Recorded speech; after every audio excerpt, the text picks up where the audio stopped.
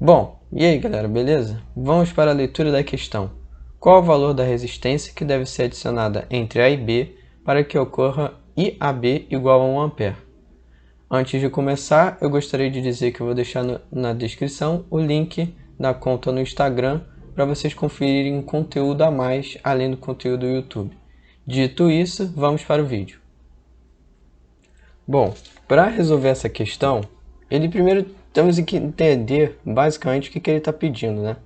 Ele está pedindo qual resistência eu boto entre essas duas pontas aqui, a A e a B, para que quando haja corrente no circuito total, desça 1 A aqui pela resistência que vai estar aqui entre essas duas pontas, né? E ele quer que a gente ache essa resistência usando o método de Norton. Bom, vamos lá, método de Norton. O que a gente precisa saber para fazer um método de Norton?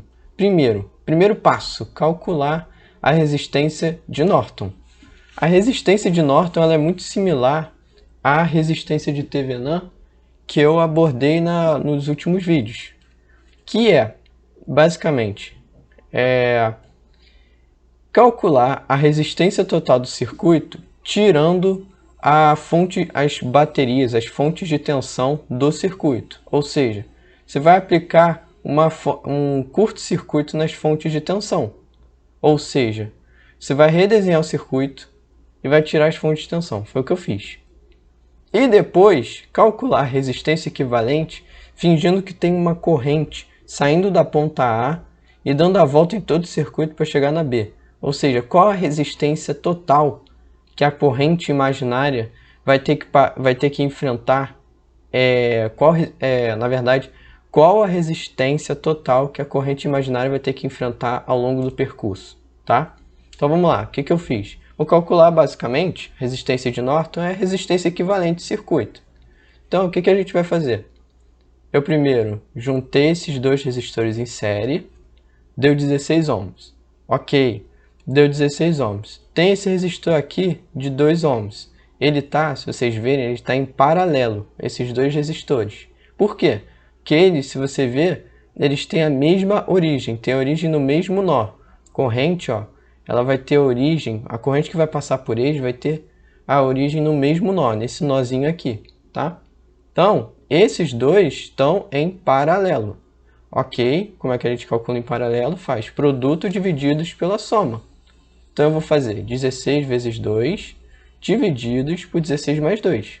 Pronto. Aí eu acho a resistência de Norton, que é a resistência equivalente de circuito, de 1,78 ohms. Show! Vamos para o segundo passo. Calcular a corrente de Norton. E qual é o diferencial do método de Norton para o Thevenin? A gente calculava a resistência de Thevenin, que é equivalente à resistência de Norton, tá? E depois a gente calculava a tensão de Thevenin.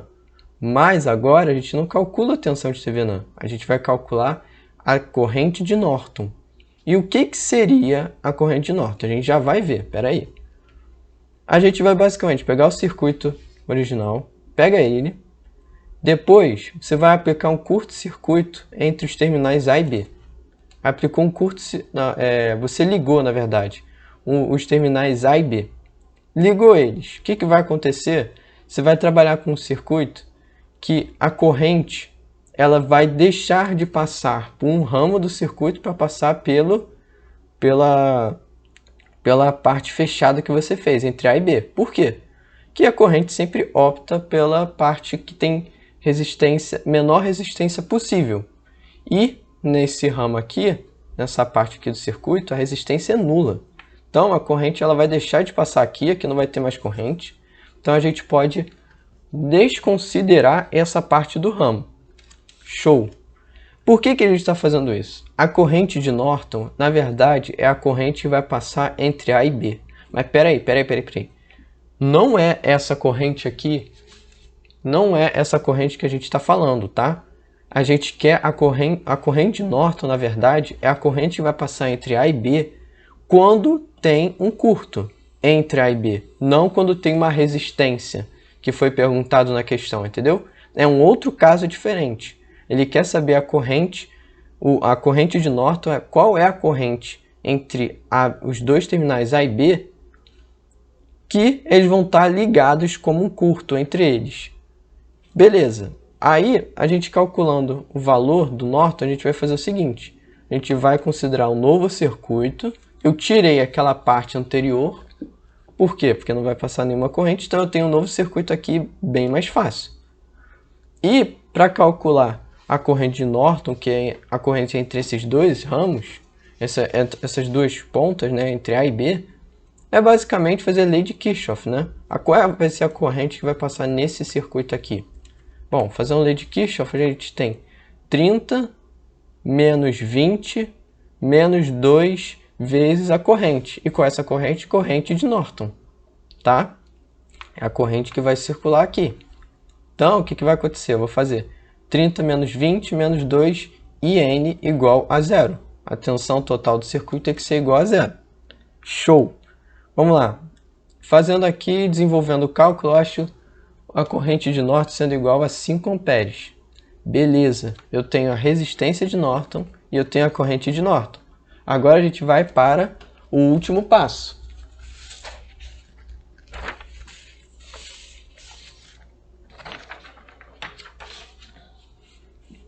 O último passo é usar o circuito de Norton, um circuito equivalente àquele original, que é o circuito de Norton, tá? O que vai acontecer? Eu tenho aqui o circuito, certo? Eu tenho aqui a fonte de corrente, não é a fonte de tensão, que nem a tensão de Thevenin, na verdade é a fonte de corrente, que é igual a 5 amperes, que é a corrente de Norton. E depois eu tenho a resistência de Norton em paralelo com a tal resistência desejada. Ela não está em série, que nem o teorema de Thevenin. Então, o que vai acontecer? Que eu tenho a fonte de corrente, que é 5 amperes, tenho a resistência de Norton, que é 1,78 ohms, e eu tenho a resistência em paralelo à resistência de Norton, a resistência tal desejada, a resistência A e B. Show! Qual vai ser o processo aqui? Ele fala pra gente que a resistência a corrente que tem que passar na resistência A e B tem que ser igual a 1 ampere. Ele já deu a dica pra gente. Aqui, ó. Eu redesenho o circuito, tá? E ele tá falando pra gente que a corrente que vai passar na resistência de A e B é 1 ampere. Ou seja, A e B a gente pode considerar aqui, nesse circuito vai estar valendo para aquele circuito original. Ou seja, eu quero calcular qual vai ser a resistência que vai receber 1 ampere, sabendo que tem um paralelo aqui e uma corrente total. Bom, como eu posso calcular isso? Usando aquela formulazinha que eu já tinha falado. Corrente 1 é igual a resistência 2, resistência do ramo oposto, dividido pela soma das resistências dos ramos, vezes a corrente total. Show! Substituindo para adaptar o nosso circuito, eu faço. Qual é a corrente 1? É a nossa corrente desejada, que a gente está querendo mexer. É 1 ampere, tá? Qual vai ser a resistência oposta? A resistência oposta à resistência que a gente quer é 1,78, que é o R Norton. Show! Coloca no numerador. Divididos pela soma das resistências dos dois ramos, vezes a corrente total, que é a corrente de Norton. O que está aqui em cima é a corrente total do circuito. E ela vai se dividir em dois ramos. Então, a corrente de Norton ela vai ser substituída aqui como 5 amperes. Substituindo todos os valores, ó, eu vou achar no final, finalmente, a resistência do ramo AB, que vai ser 7,12 ohms. E ela, se você substituir nesse ramo original, você vai ver que ela vai descer aqui 1 ampere, justamente a resposta, tá? Então, é essa a resposta. É justamente 7,12 ohms que a gente precisa adicionar ao circuito A e B para descer a ele 1 ampere, tá? Bom, esse foi o vídeo. Se vocês tiverem alguma sugestão, alguma dica do que melhorar no canal, que vocês gostariam de ver no canal, deixem aí nos comentários.